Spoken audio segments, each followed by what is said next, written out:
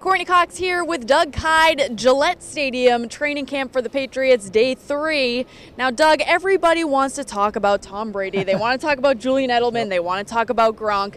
So many names that people throw out, but it's the same ones over and over again. So today, we thought we'd talk about some under-the-radar players, some guys that maybe aren't getting the headlines that they deserve.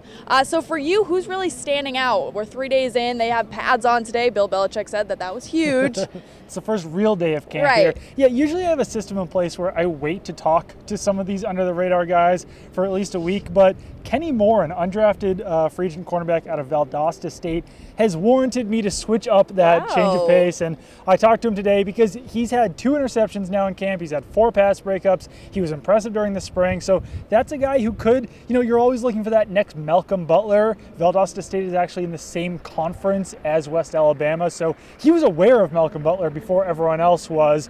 He's a guy who could earn maybe that 5th or 6th cornerback spot.